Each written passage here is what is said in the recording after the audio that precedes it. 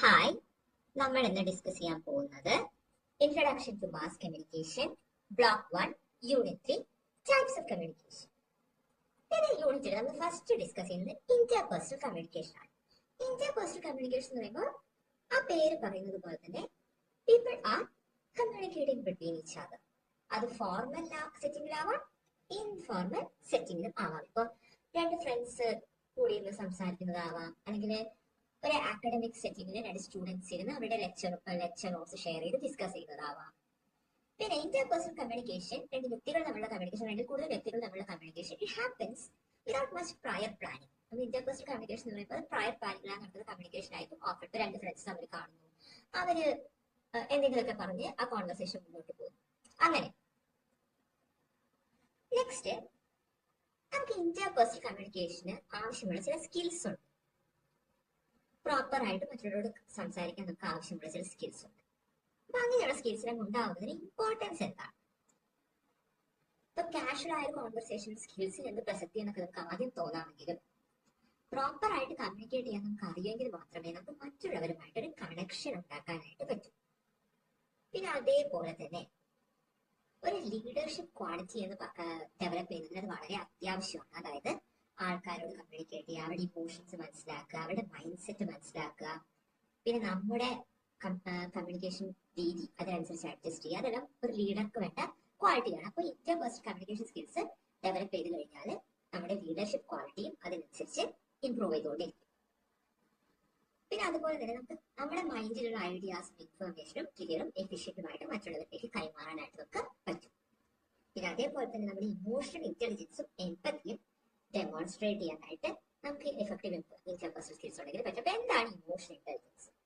അപ്പൊ മറ്റുള്ളവരുടെ ഇമോഷൻസ്, മറ്റുള്ളവരുടെ വികാരങ്ങളെ മനസ്സിലാക്കുക, അവരുടെ ഫീലിംഗ്സിനെ മനസ്സിലാക്കുക, അതിനനുസരിച്ച് റിയാക്ട് ചെയ്യാൻ പഠിക്കുക, അല്ലെങ്കിൽ നമ്മുടെ ഫീലിംഗ്സിനെ സാഹചര്യത്തിനനുസരിച്ച് കൺട്രോൾ ചെയ്യാൻ പഠിക്കുക. ഇതൊക്കെയാണ് ഇമോഷണൽ ഇന്റലിജൻസ്.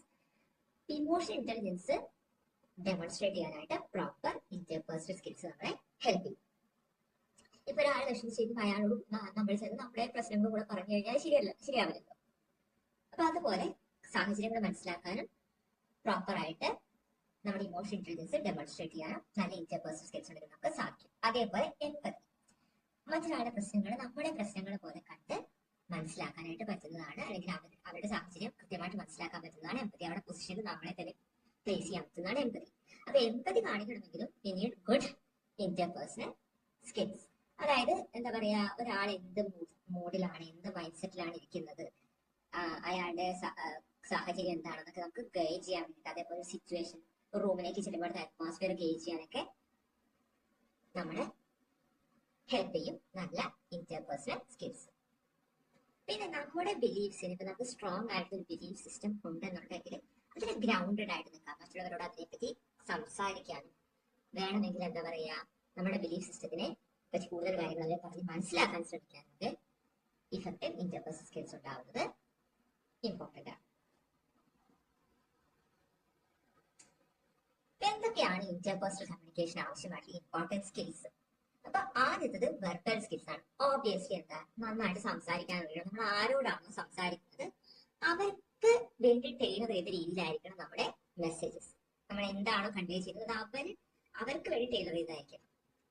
ഇപ്പൊ ലിറ്ററേച്ചറിൽ വളരെ നോളജബിൾ ആയിട്ടുള്ള ആളോട് നമ്മൾ കമ്മ്യൂണിക്കേറ്റ് ചെയ്യുമ്പോൾ നമുക്ക് എന്താ പറയാ, കുറച്ച് കോംപ്ലക്സ് വൊക്കാബുലറിയും ടേംസും എല്ലാം യൂസ് ചെയ്യാം. അതുപോലെ ഇപ്പൊ ഫിസിക്സ് അറിവുള്ള ഒരാളാണെന്നുണ്ടെങ്കിൽ നമുക്ക് ആ സബ്ജക്റ്റിൽ ഡീറ്റെയിൽ ആയിട്ട് ഡിസ്കഷൻ നടത്താം. ആരോടാണോ നമ്മൾ കമ്മ്യൂണിക്കേറ്റ് ചെയ്യുന്നത് അവർക്ക് ടൈലർ ചെയ്തിട്ടുള്ളതായിരിക്കും നമ്മുടെ മെസ്സേജസ്.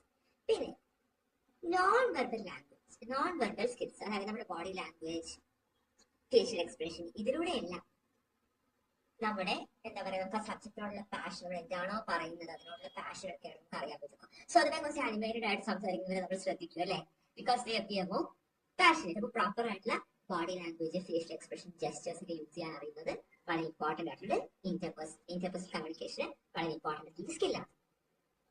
ഇനി ലിസണിങ് സ്കില്ല്. എന്താണ് ലിസണിങ് സ്കില്ല്? വെറുതെ ഒരാൾ പറയുന്നത് കേൾക്കുന്നതല്ല. അത് ആ പറയുന്നതിന്റെ മീനിങ്, ലിറ്ററൽ മീനിങ്, കൃത്യമായിട്ട് പറയുന്നതിന്റെ എക്സാക്ട് മീനിങ് എന്താണെന്ന് മനസ്സിലാക്കുന്നതിന് അപ്പുറം ആ പറയുന്നതിലുള്ള ഇമോഷൻ ആണ് കേട്ടോ. എന്ത് ഇമോഷനാണ് ആ വോയിസിലുള്ളത്, അങ്ങനെ എന്ത് ഇമോഷനാണ് ആ വാക്കുകൾക്കിടയിലുള്ളത് എന്ന് മനസ്സിലാക്കാൻ, പിന്നെ non verbal quiz, non verbal communication pickup ചെയ്യാനും ഉള്ള സ്കില്ല് കൂടിയാണ് ലിസ്ണിംഗ് സ്കിൽസ്. ഇപ്പൊ നമ്മളൊരു കുട്ടിയോട് ചോദിക്കുകയാണ് ആർ യു ഹാപ്പി, ആ കുട്ടിയെ നമ്മളെ നോക്കാതെ തിരിഞ്ഞു നിന്ന് പതുക്കെ പറയാണ് ഐ ആം ഹാപ്പി. അപ്പൊ അവിടെ ആ ലിറ്ററൽ മീനിങ് മാത്രം എടുത്തു കഴിഞ്ഞാൽ ഐ ആം ഹാപ്പി, അവിടെ വേറെ പ്രോബ്ലം ഒന്നുമില്ല. പക്ഷേ നമ്മൾ ആ വോയിസിൽ ഇമോഷൻ അണ്ടർടോണും നോൺ വെർബൽ ക്യൂസും ഒക്കെ എടുക്കുമ്പോൾ സംതിങ്സ് റോങ് എന്ന് നമുക്ക് മനസ്സിലാവും. ഇതാണ് ലിസ്ണിംഗ് സ്കിൽസ്. പിന്നെ അതേപോലെ തന്നെ നെക്സ്റ്റ് വരുന്നത് നമ്മൾ ഓൾറെഡി ഡിസ്കസ് ചെയ്ത ഒരു കാര്യമാണ് ഇമോഷണൽ ഇന്റലിജൻസ്. ഇമോഷണൽ ഇന്റലിജൻസ് പറഞ്ഞു കഴിഞ്ഞാൽ മറ്റുള്ളവരുടെ ഇമോഷൻസിനെ മനസ്സിലാക്കാനും നമ്മുടെ സ്വന്തം ഇമോഷൻസിനെ മാനേജ് ചെയ്യാനുമുള്ള കഴിവാണ് emotional intelligence. It's A very important skill in interpersonal communication. Emotional intelligence ഉണ്ടെങ്കിൽ മാത്രമേ നമുക്ക് സിറ്റുവേഷൻസ് അപ്രോപ്രിയേറ്റ് ആയിട്ട് റെസ്പോണ്ട് ചെയ്യാൻ പറ്റൂ. പിന്നെ അതേപോലെ തന്നെ നമുക്ക് ആൾക്കാരുമായിട്ട് കണക്ട് ചെയ്യാനായിട്ട് പറ്റും. നെക്സ്റ്റ് ടൈപ്പ് ഓഫ് കമ്മ്യൂണിക്കേഷൻ ആണ് ഇൻട്രാപേഴ്സണൽ കമ്മ്യൂണിക്കേഷൻ. അതെന്താണ് intrapersonal communication? Communication with WhatsApp, നമ്മൾ നമ്മളോട് തന്നെ കമ്മ്യൂണിക്കേറ്റ് ചെയ്യുന്നതാണ് intrapersonal communication. Self talk, self motivation വേണ്ടി സ്വയം വർത്താനം പറയുന്ന, അല്ലെങ്കിൽ നമ്മൾ വെറുതെ ഒരു ആക്ടിവിറ്റിയിൽ എൻഗേജ് ചെയ്യുമ്പോൾ തന്നെത്താൻ എന്തെങ്കിലുമൊക്കെ പറയുന്നത്, അതെല്ലാം ഇൻട്രാപേഴ്സണൽ കമ്മ്യൂണിക്കേഷൻ ആണ്. പിന്നെ നമ്മൾ ഇമാജിൻ ചെയ്യുന്നത്, പിന്നെ മനസ്സിൽ എന്തെങ്കിലും ഒരാൾ പറയുന്നതായിട്ട് മനസ്സിൽ നമ്മൾ ഒരു പിക്ചർ ഉണ്ടാക്കുന്നത്, വിഷ്വലൈസ് ചെയ്യുന്നത്, അതെല്ലാം ഇൻട്രാപേഴ്സണൽ കമ്മ്യൂണിക്കേഷൻ ആണ്. ഇനി നെക്സ്റ്റ് വളരെ ഇമ്പോർട്ടന്റ് ആയിട്ടൊരു പോയിന്റ് ആണ് ഇൻട്രാപേഴ്സണൽ കമ്മ്യൂണിക്കേഷൻ. ഒരു ട്രാൻസാക്ഷൻ ബേസിസിൽ നമുക്ക് എക്സാമിൻ ചെയ്യാൻ പറ്റും. Based on 8 components of communication: sender, message, receiver, channel, feedback, context, environment and interference. അപ്പൊ ഇവിടെ sender, message, receiver, channel, feedback എല്ലാം ക്ലിയർ ആണ് അല്ലെ? സെൻഡർ എന്ന് പറഞ്ഞാൽ മെസ്സേജ് സെൻഡ് ചെയ്യുന്ന ആള്, മെസ്സേജ് അയക്കുന്ന ഇൻഫർമേഷൻ, അത് റിസീവ് ചെയ്യുന്ന ആൾ റിസീവർ, ചാനൽ എന്ന് പറയുന്നത് അത് ആ മെസ്സേജ് ഏത് മീഡിയത്തിലൂടെയാണോ സെൻഡ് ചെയ്യുന്നത് ആ മീഡിയം, പിന്നെ ഫീഡ്ബാക്ക് എന്ന് പറയുന്നത് ആ മെസ്സേജ് കിട്ടിയ റിസീവർ കൊടുക്കുന്ന റെസ്പോൺസ്. ഇനി എന്താണ് കോണ്ടെക്സ്റ്റ്? കോണ്ടെക്സ്റ്റ് എന്ന് പറഞ്ഞാൽ ആ വേർഡ് പോലെ തന്നെ എന്ത് സിറ്റുവേഷനിലാണ് ആ മെസ്സേജ് സെൻഡ് ചെയ്യപ്പെടുന്നത്, റിസീവ് ചെയ്യപ്പെടുന്നത്, അതാണ് കോണ്ടെക്സ്റ്റ്. എൻവയോൺമെന്റ്, ആ മെസ്സേജ് സെൻഡ് ചെയ്യപ്പെടുന്ന ലൊക്കേഷൻ. പിന്നെ ഇന്റർഫിയറൻസ്, അതായത് ആ മെസ്സേജിന്റെ ട്രാൻസ്മിഷൻ, ആ കമ്മ്യൂണിക്കേഷനിൽ വരുന്ന എന്തെങ്കിലുമൊക്കെ തടസ്സങ്ങളാണ് ഇന്റർഫിയറൻസ്. അപ്പൊ ഇത് എങ്ങനെയാണ് ഇതിന്റെയൊക്കെ ബേസിസ് നമുക്ക് ഇൻട്രാപേഴ്സണൽ കമ്മ്യൂണിക്കേഷനെ ട്രാൻസാക്ഷൻ ബേസിസിൽ എക്സാമിൻ ചെയ്യാൻ പറ്റുക?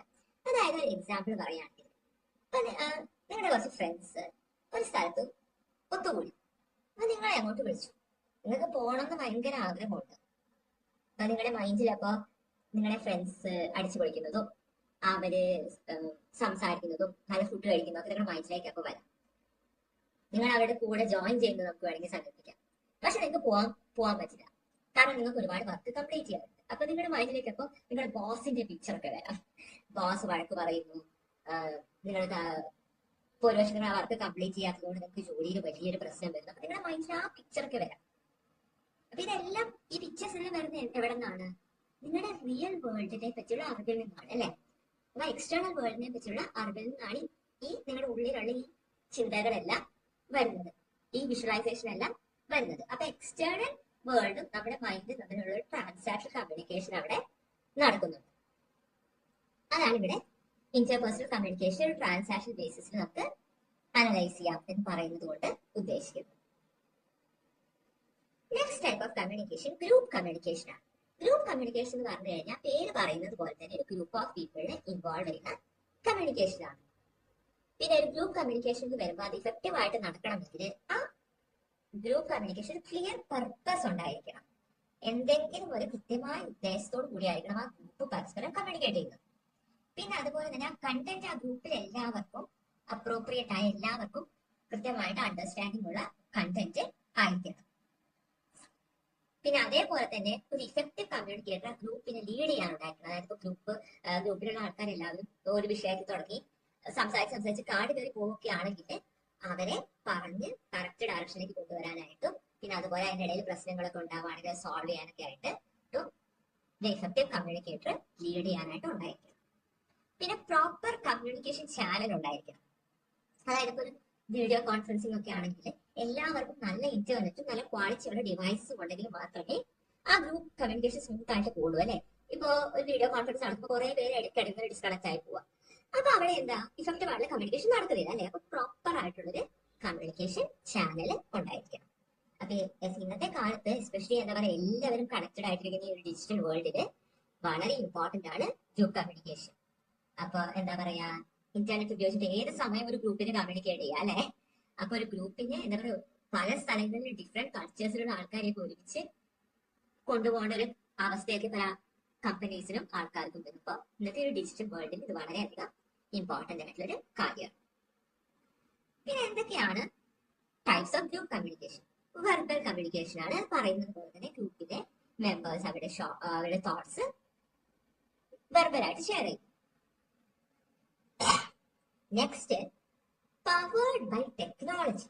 ടെക്നോളജിയുടെ ഹെൽപ്പോടുകൂടി ടെക്നോളജി പവർ ചെയ്യുന്ന ഗ്രൂപ്പ് കമ്മ്യൂണിക്കേഷൻ, അതാണ് സോഷ്യൽ മീഡിയ പ്ലാറ്റ്ഫോം. ഒരു വാട്സ്ആപ്പ് ഗ്രൂപ്പിൽ നടക്കുന്ന കമ്മ്യൂണിക്കേഷൻ, വെബിനാറുകള്, വീഡിയോ കോൺഫറൻസുകളൊക്കെ ഈ ഒരു വിഭാഗത്തിൽ പെടും. പിന്നെ നോൺ വെർബൽ കമ്മ്യൂണിക്കേഷൻ എന്ന് പറയുമ്പോൾ it can be effective in situations like ഒരു ട്രാഫിക് ഫ്ലോ റെഗുലേറ്റ് ചെയ്യുന്ന അല്ലെങ്കിൽ ട്രാഫിക് ലൈറ്റ്സ് വെച്ചിട്ട് ട്രാഫിക് കൺട്രോൾ ചെയ്യുന്ന സിറ്റുവേഷനിൽ വേർഡ്സ് ഇല്ലാതെ ഗ്രൂപ്പ് കമ്മ്യൂണിക്കേഷൻ ഇഫക്റ്റീവ് ആയിട്ട് നടക്കും. പിന്നെ ഇൻ പേഴ്സൺ, എല്ലാവരും in person face to face കണ്ടിട്ട് സംസാരിക്കുന്നത്. അതിപ്പോ ഒരു ഗ്രൂപ്പ് ഓഫ് ഫ്രണ്ട്സ് ഡിന്നറിന് കൂടുന്നതായാലും ഒരു ഫോർമൽ ഒക്കേഷനിൽ കുറച്ച് ആൾക്കാർ ഒത്തുകൂടുന്നതായാലും അതെല്ലാം ഇൻ പേഴ്സണിൽ പെടും. പിന്നെ വിർച്വൽ ഗ്രൂപ്പ് കമ്മ്യൂണിക്കേഷൻ എന്ന് പറയുമ്പോൾ ഇതേപോലെ പല സ്ഥലങ്ങളിലിരിക്കുന്ന പല ഭാഗങ്ങളിലിരിക്കുന്ന ആൾക്കാരെ ടെക്നോളജി ഉപയോഗിച്ച് ഒരുമിച്ച് കൊണ്ടുവരുന്നു. വെബിനാറുകൾ, വീഡിയോ കോൺഫറൻസിംഗ് ഒക്കെ, പിന്നെ സോഷ്യൽ മീഡിയ ഇൻ ജനറൽ ഇതിന് വലിയൊരു എക്സാമ്പിൾ ആണ്. നെക്സ്റ്റ് ടൈപ്പ് ഓഫ് കമ്മ്യൂണിക്കേഷൻ എന്ന് പറയുന്നത് മാസ് കമ്മ്യൂണിക്കേഷൻ ആണ്. മാസ് കമ്മ്യൂണിക്കേഷൻ എന്ന് പറഞ്ഞാൽ ഒരു ലാർജ് ഓഡിയൻസിന് ഇൻഫർമേഷൻ കൺവേ ചെയ്യാം. ഇപ്പൊ ഇന്നത്തെ കാലത്ത് ഈ റിപ്പീറ്റ് ചെയ്ത് വരുന്ന ഒരു കൺസെപ്റ്റ് ആണ് ഡിജിറ്റൽ ഏജില് അതൊരു ഗ്ലോബൽ പ്ലാറ്റ്ഫോം ആയിട്ട് വളർന്നു കഴിഞ്ഞു. അതായത് ഇൻഡിവിജ്വൽസിന് സ്വയം എക്സ്പ്രസ് ചെയ്ത് അവരുടെ തോട്ട്സ് ആളുകളിലേക്ക് എത്തിക്കുന്ന വലിയൊരു പ്ലാറ്റ്ഫോം ഉണ്ട് അല്ലെ. യൂട്യൂബ് ഉണ്ട്, ഇൻസ്റ്റഗ്രാം ഉണ്ട് അല്ലെ. നമ്മുടെ തോട്ട്സ് ആളുകളിലേക്ക് എത്തിക്കാൻ ഒരുപാട് മാർഗങ്ങളുണ്ട്. പിന്നെ മാസ് കമ്മ്യൂണിക്കേഷൻ എന്ന് പറയുമ്പോൾ പുതിയൊരു കാര്യമൊന്നുമല്ല, ടെക്നോളജി വന്നപ്പോൾ പോകുന്നൊരു കാര്യമൊന്നും അല്ല. അത് തിയേറ്റർ പെർഫോമൻസുകൾ തൊട്ടിട്ട്, തിയേറ്റർ പെർഫോമൻസ് പറഞ്ഞാൽ it has A very long traditional, ഒരുപാട് കാലം മുമ്പ് തുടങ്ങിയൊരു കാര്യമാണത്. അപ്പൊ തിയേറ്റർ പെർഫോമൻസ് തൊട്ടിട്ട് സോഷ്യൽ മീഡിയ വരെ ഇതിന്റെ റേഞ്ചിൽ പെടും. ഇനി ടൈപ്സ് ഓഫ് മാസ് കമ്മ്യൂണിക്കേഷൻ. അപ്പൊ ആദ്യത്തത് പ്രിന്റ് ആൻഡ് ട്രഡീഷണൽ മീഡിയ. അത് നമുക്ക് പെട്ടെന്ന് മനസ്സിലാവും. ബുക്സ് ഉണ്ട്, മാഗസിൻസ് ഉണ്ട്, ന്യൂസ് പേപ്പർ ഉണ്ട്, ഇൻ പ്രിന്റ് വരുന്ന മീഡിയ. പിന്നെ ബ്രോഡ്കാസ്റ്റ് മീഡിയ, ബ്രോഡ്കാസ്റ്റ് ചെയ്യപ്പെടുന്നത് റേഡിയോ, ഫിലിംസ്, ടെലിവിഷൻ എല്ലാം ഈ ഒരു വിഭാഗത്തിൽ പെടും.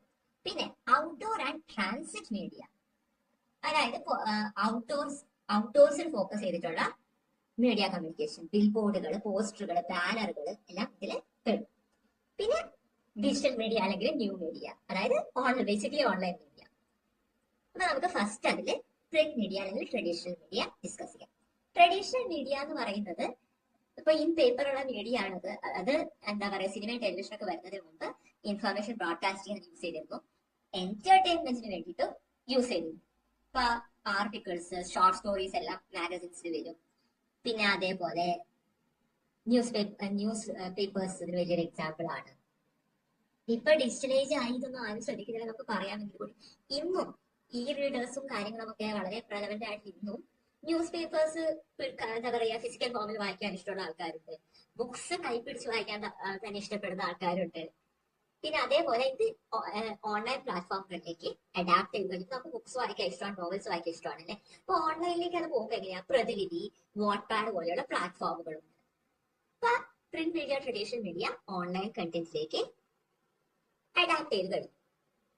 ഇനി നെക്സ്റ്റ് ബ്രോഡ്കാസ്റ്റ് മീഡിയ ആണ്. റേഡിയോ, ടി വി ഒക്കെ അതിൽ പെടും. അപ്പൊ ദേ ആർ ഇലക്ട്രോണിക് പ്ലാറ്റ്ഫോംസ് ആണ്. They are crucial. ഇപ്പൊ ഇന്ന് വളരെ ടി വി, മൂവീസ് ഒക്കെ ഇന്ന് വളരെ പോപ്പുലർ ആണ് അല്ലെ. They are very popular. ഇപ്പൊ റേഡിയോയെ പറ്റി പറയുകയാണെങ്കിൽ അത് ന്യൂസും ഇമ്പോർട്ടന്റ് ഇവന്റ്സും ബ്രോഡ്കാസ്റ്റ് ചെയ്യാനാണ് ആദ്യം വന്നത്. പക്ഷെ അത് എന്റർടൈൻമെന്റിലേക്ക് എക്സ്പാൻഡ് ചെയ്തു. റേഡിയോ ഡ്രാമാസ് ഒക്കെ ഉണ്ടായിരുന്നു. പിന്നെ റേഡിയോസ് ഡിജിറ്റൽ ഏജിലേക്ക് അഡാപ്റ്റ് ചെയ്തെന്ന് വെച്ചിട്ടുണ്ടെങ്കിൽ ഓൺലൈൻ റേഡിയോ ചാനൽസിലൂടെയാണ് ഡിജിറ്റൽ ഏജിലേക്ക് റേഡിയോ അഡാപ്റ്റ് ചെയ്തിട്ടുള്ളത്. ഈ ഫിലിം ആൻഡ് ടെലിവിഷൻ എന്ന് പറഞ്ഞാൽ most popular of mass communication. അപ്പൊ അത് എന്താ പറയാ, ഓഡിയോ വീഡിയോ കൂടെ കമ്പൈൻ ചെയ്ത് എന്റർടൈനിങ് ആയിട്ടുള്ള എൻഗേജിംഗ് ആയിട്ടുള്ള കണ്ടന്റ് പ്രൊഡ്യൂസ് ചെയ്യും. സ്ട്രീമിംഗ് പ്ലാറ്റ്ഫോംസ്, നെറ്റ്ഫ്ലിക്സ് പോലെയുള്ള സ്ട്രീമിംഗ് പ്ലാറ്റ്ഫോംസ് ഒക്കെ വന്നതോടെ it has become more and more popular അല്ലെ. പിന്നെ അതുപോലെ തന്നെ huge number of career opportunities ഇത് പ്രൊവൈഡ് ചെയ്യുന്നത്. അതായത് റൈറ്റേഴ്സിന്, ആക്ടേഴ്സിന്, വിഷ്വൽ എഫക്ട്സ് ചെയ്യുന്നവർക്ക് ഒക്കെ ഒരുപാട് ഓപ്പർച്യൂണിറ്റീസ് ഈ ഫിലിം ആൻഡ് ടെലിവിഷൻ പ്രൊവൈഡ് ചെയ്യുന്നുണ്ട്. Next outdoor and transit media. Outdoor and transit media എന്ന് പറയുമ്പോൾ ഔട്ട്ഡോർ എൻവയോൺമെന്റിലൂടെയാണ് അത് മെസ്സേജ് അല്ലെങ്കിൽ ഇൻഫർമേഷൻ സ്പ്രെഡ് ചെയ്യുന്നത്. സാധാരണ നമുക്ക് അഡ്വർടൈസ്മെന്റ്സ് ആയിട്ടാണ് കാണാൻ പറ്റുക. പക്ഷെ അത് സോഷ്യൽ ഇൻഫർമേഷനും സ്പ്രെഡ് ചെയ്യാനും പിന്നെ അതേപോലെ പബ്ലിക് അവയർനെസ് ഇൻക്രീസ് ചെയ്യാനും യൂസ് ചെയ്യാറുണ്ട്. ഇപ്പൊ അഡ്വർടൈസ്മെന്റ്സ് കാണുന്ന പോലെ നമുക്കിപ്പോ ആന്റി ഡ്രഗ് ക്യാമ്പയിനുകളുടെ പോസ്റ്ററുകൾ പിന്നെ അതേപോലെ ബ്ലഡ് ഡൊണേഷൻ ക്യാമ്പുകൾ അഡ്വർടൈസ് ചെയ്യുന്ന പോസ്റ്ററുകളൊക്കെ നമുക്ക് കാണാനായിട്ട് പറ്റും. അപ്പൊ അത് അഡ്വർടൈസ്മെന്റിനേക്കാളും കൂടുതൽ സോഷ്യൽ ഇൻഫർമേഷൻ ആണ് പബ്ലിക് അവയർനെസ് റേസ് ചെയ്യാൻ വേണ്ടി ചെയ്യുന്നത്. പിന്നെ ട്രാൻസിറ്റ് മീഡിയ എന്ന് പറയുന്ന പേര് പോലെ തന്നെയാണ്, അതായത് ട്രാൻസ്പോർട്ടേഷനെ ഫോക്കസ് ചെയ്തിട്ടാണ്. ഇപ്പൊ ബസ്സുകളും നമുക്ക് അഡ്വർടൈസ്മെന്റ്സ് പെയിന്റ് ചെയ്തിരിക്കുന്നത് നമുക്ക് കാണാം. നെക്സ്റ്റ് ഡിജിറ്റൽ അല്ലെങ്കിൽ ന്യൂ ഏജ് മീഡിയ. അത് ഓൺലൈൻ ആയിട്ടുള്ള മീഡിയ ആണ്. ഇമെയിലുകൾ, പോഡ്കാസ്റ്റുകൾ, ബ്ലോഗുകൾ, വെബ്സൈറ്റുകളൊക്കെ അതിൽ പെടും. റീസെന്റ് ടൈംസിലാണ് ഇതിന് ഒരുപാട് പവറും പോപ്പുലാരിറ്റിയും കിട്ടിയത്. സോഷ്യൽ മീഡിയ ആൾക്കാരുടെ ലൈഫിന്റെ വലിയൊരു ഭാഗമായിട്ട് മാറിക്കഴിഞ്ഞു. എസ്പെഷ്യലി കൊറോണയുടെ വരവോടെ എന്താ പറയാ ആൾക്കാരെ തമ്മിൽ കണക്ട് ചെയ്യാനായിട്ടുള്ള വലിയൊരു മാർഗമായിട്ട് സോഷ്യൽ മീഡിയ മാറിക്കഴിഞ്ഞു. ഇപ്പൊ സൂമും ഗൂഗിൾ മീറ്റ് ഒക്കെ നമ്മുടെ ലൈഫിൽ അവോയ്ഡ് ചെയ്യാൻ പറ്റാത്ത എലമെന്റ്സ് ആണ് അല്ലെ. വാട്സ്ആപ്പ് ഗ്രൂപ്പുകള്. ഇപ്പൊ ഇതൊന്നും ഇല്ല എന്ന് പറഞ്ഞു കഴിഞ്ഞാൽ നമുക്ക് നമ്മുടെ വർക്ക് ലൈഫിലായാലും പേഴ്സണൽ ലൈഫിലായാലും നമുക്ക് എക്സിസ്റ്റ് ചെയ്യാൻ പറ്റാത്തൊരു അവസ്ഥ വരും. പിന്നെ ഇന്ററാക്റ്റീവ് കമ്മ്യൂണിക്കേഷൻ, നമ്മൾ നോർമൽ കമ്മ്യൂണിക്കേഷനിൽ പ്രതീക്ഷിക്കുന്ന ഇന്ററാക്ടിവിറ്റി. രണ്ടുപേര് എന്താ പറയാ ഇന്ററാക്ട് ചെയ്യും. ആ ഇന്ററാക്ട് ചെയ്യാനുള്ള ഈസും ഇന്റർനെറ്റിൽ നിന്ന് കിട്ടുന്ന ഇൻഫർമേഷനും കൂടെ കമ്പൈൻ ചെയ്യുമ്പോൾ വളരെയധികം എന്താ പറയാ it becomes something that's very easy to use. ഇപ്പൊ ഒരു കുട്ടിക്ക് ഒരു സംശയം വന്നു, സ്റ്റുഡന്റ് ഒരു സംശയം. ആ സ്റ്റുഡന്റ് തന്റെ ഫ്രണ്ടിനോട് ചോദിച്ചു, ആ സംശയം വാട്സ്ആപ്പ് ചെയ്ത് കൊടുത്തു. ഇതെനിക്ക് ഡൗട്ട് ഉണ്ട്. അപ്പൊ ഈ ഫ്രണ്ട് അത് ഗൂഗിൾ ചെയ്തിട്ട് മറുപടി അയച്ചു കൊടുത്തു. കണ്ടോ, അവിടെ ഇന്ററാക്ടിവിറ്റി വന്നു, നെറ്റിൽ നിന്ന് ഈസി ആയിട്ട് ഇൻഫർമേഷൻ എടുക്കാനുള്ള കേപ്പബിലിറ്റി വന്നു. അപ്പൊ ഇതുകൊണ്ടാണ് ഡിജിറ്റൽ ഇമേജ് മീഡിയ വളരെ പോപ്പുലർ ആയത്. So that's it for now. Thank you for listening.